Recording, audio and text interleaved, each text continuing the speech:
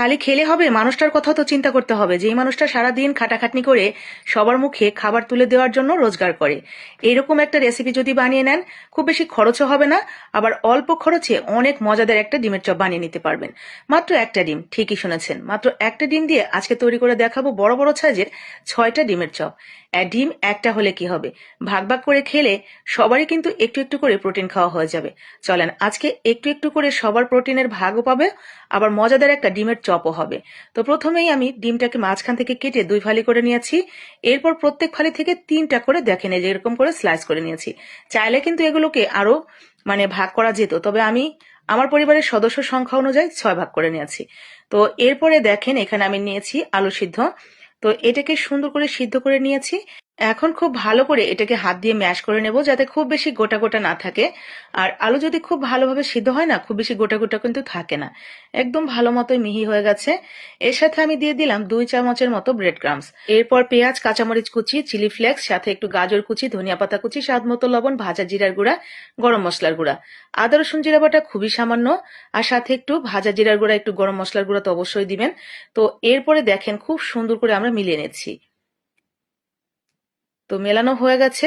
এখন আমি যেহেতু 6টা ডিমের ভাগ করেছি, তো 6 ভাগে এই আলুটাকেও ভাগ করে নিলাম। এখন এটাকে সুন্দর করে আলুগুলোর মধ্যে ওই ডিমের পিসটা দিয়ে দিয়ে সুন্দর করে একটা ডিমের চপের শেপ করে নেব। ডিমের চপের শেপ সাধারণত একটু লম্বা ধরনের ডিমের আকৃতি আমরা করে থাকি, তো আমি ঠিক সেভাবেই করেছি। তো এটাই দেখতে আসলে বেশি ভালো লাগে, দেখতে মনে হয় যেন ডিম ডিম। তো ঠিক এইভাবে দেখেন বড় বড় সাইজের করে এক একটা তৈরি করে নিয়েছি।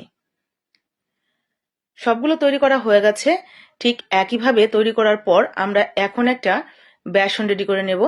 বেসনের সাথে আমি সামান্য একটু কর্নফ্লাওয়ার অ্যাড করে দিব। কর্নফ্লাওয়ারটা দিলে এটা আরো অনেকক্ষণ বেশি মচমচে ভাব ধরে রাখে। এরপর একটু ধনিয়া পাতা কুচি, আদা রসুন জিরা বাটা, হলুদের গুঁড়া, ধনিয়ার গুঁড়া, আর দিয়ে দিলাম স্বাদ মতো লবণ। তো আমি মরিচের গুঁড়াটা এখানে অ্যাড করিনি, কারণ ওইখানে তো মরিচ, কাঁচা মরিচ এবং আপনার চিলি ফ্লেক্স দুইটাই ব্যবহার করেছি। তো ওটার ঝালে না এই ব্যাটারের ঝাল হয়ে যাবে। তো এরপরে জাস্ট আমি একটু পাতলা করে দেখেন, ব্যাটারটা কিন্তু নর্মালি আলুর চপ বেগুনি যেরকম করি ঠিক ওরকম করিনি। আপনি যদি ব্রেড ক্রামসে কোটিং না করেন, তাহলে ওই ব্যাটারটা একটু ঘন করে আলুর চপ ঠিক যেভাবে আমরা বেগুনি ভাজি ঠিক ওরকম ঘন করে ব্যাটার করে জাস্ট কোট করে এটা ভেজে নেবেন। তবে ঠিক আমি যেভাবে করেছি ব্রেড ক্রামস দিয়ে কোট, এইভাবে যদি কোট করে নেন উপরের দিকটা দেখতেও সুন্দর লাগে, আবার খেতেও না অনেকটা বেশি মচমচে হয়। আর হ্যাঁ, যদি এইভাবে বানিয়ে কেউ ফ্রোজেন করতে চান, একটু বেশি করে 2টা ডিম দিয়ে বানালে কিন্তু অনেকগুলো হবে। যাদের মানুষ কম তারা অল্প অল্প করে বের করে ভেজে নিতে পারবেন।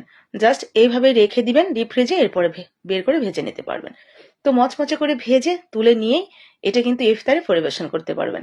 তো আজকের আমার এই অল্প খরচে অনেক মজার একটা আলুর চপের রেসিপি কেমন লেগেছে জানাবেন। ভালো লাগলে লাইক কমেন্ট শেয়ার করে দিন।